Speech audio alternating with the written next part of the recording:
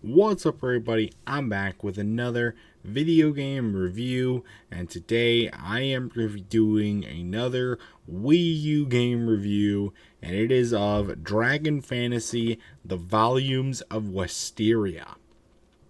This is a funny story how I even have this game, because I don't quite remember how I even got in this game. So here's the story. I was on the Wii U. I was going through the games that LikunMiffery had let me borrow to do for reviews, and on the Wii U. And as I was in my menu, and I'm moving on to now his Wii stuff, so that he gave me a few Wii games to play to borrow, and so I was working on that, and then I see the folder. There's a folder on my Wii U, like main menu, and it says games, and like, what games could this possibly be if the game itself needs to show up on its own window? So like today, I was like, all right, I'm gonna go and inspect what this folder might be, and I saw a huge throwback with the Amiibo tap on there, and I also saw this game on there. So I'm like, oh, wonderful! I got another game to play on the Wii U, and it's downloaded from the eShop. I don't know how it got on there. I will be honest with you, but it's on there. So let's give it a good hearty attempt at it. So let's jump down into the review. So this might be a shorter one, because it is a shorter game. It's not a massive game. So let's jump into the review, shall we?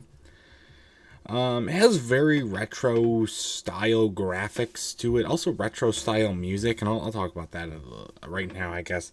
It has a very mixed of like medieval music, because it is set like medieval times. You are like the new king appointed, and you gotta go through like villages and the castles and whatnot to defeat like dragons and other ghouls and goblins and other stuff. So it's set there, but it also has like retro video game-esque music from like the 80s or even really like the 90s, kind of mixing in that. And I think that's cool, because this game came out in like 2011, I think it was, or 2015, I don't remember, maybe 2015. So it's kind of cool that they were kind of throwing it back to that.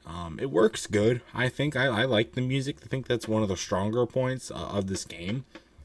The graphics themselves, like the old style, like top-down view, with that kind of simplistic graphics, and it makes for some pretty simplistic control system as well. So it's not like the worst thing in the world. You would just think that it's like a game that you got off of like the NES Retro Shop thing, or like an older console like Retro Shop thing on the Wii U, and it wasn't like a game that just came out.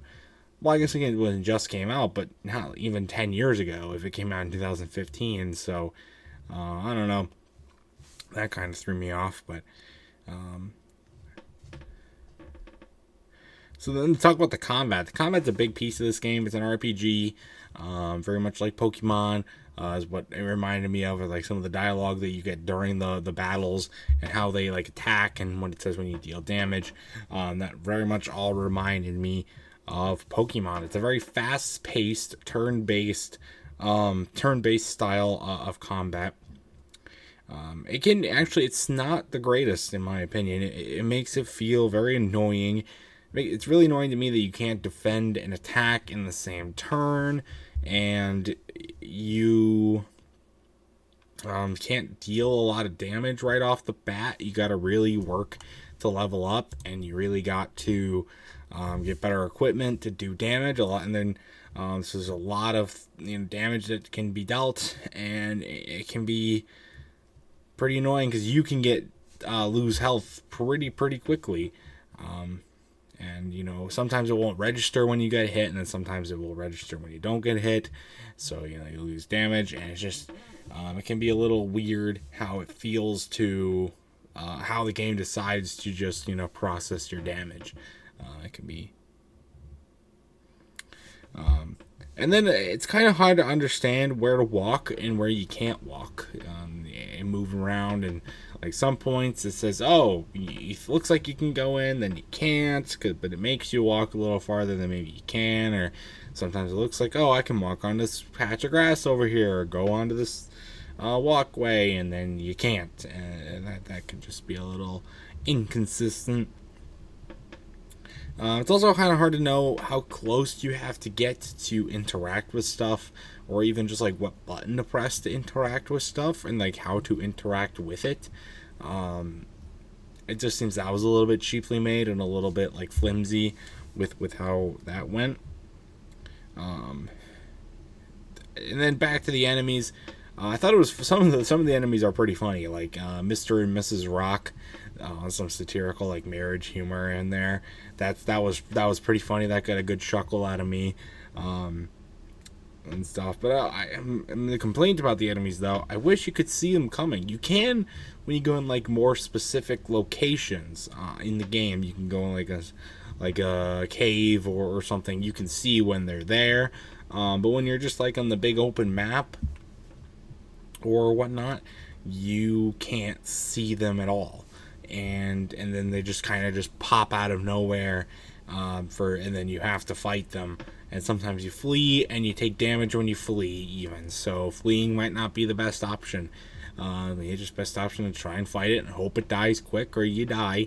And it's just because there's a lot of enemies. And like every time I was on the map, I'd take a turn, new enemy. I go up a little bit, go down a little bit, boom, new enemy, new enemy, new enemy, new enemy. It's like, I get you want there to be a lot of combat so you have a good chance to level up, and it can be a good chance for a showcase.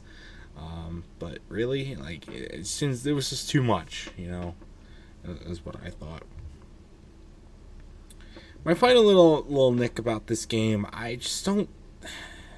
The game's told from like a third person like narration that's ongoing as you're playing the game, and I don't really know how I feel about that. It's cool to an extent, but it just feels kind of just like annoying and unnecessary. And it just wasn't something that I was like a big fan of. And it just gave me some feelings I didn't know what to think about it, and I don't know.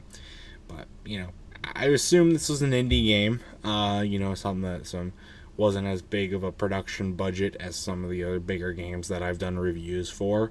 So if that's the case, I mean, they put some good effort into it, I thought, and there's some cool stuff in this game, but it definitely still needs some evolution. It's definitely still needs some work. I did like that you can do like the multiple chapters. There's like 3, and then there's a Minecraft one, which I was led to believe that that's actually not a collaboration with Minecraft. They ripped off the name. That's insane. I don't know how they were able to get away with that, even in like 2015, but they did apparently. So there you go. That's pretty crazy. But there's some good amount of stuff in this game.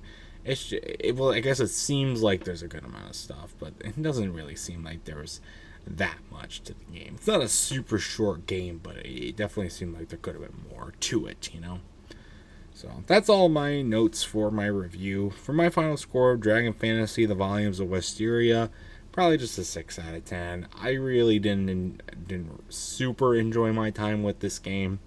It's a neat little game, though, and definitely one I would recommend trying if you can get it on a really good discount. I think it's on Steam.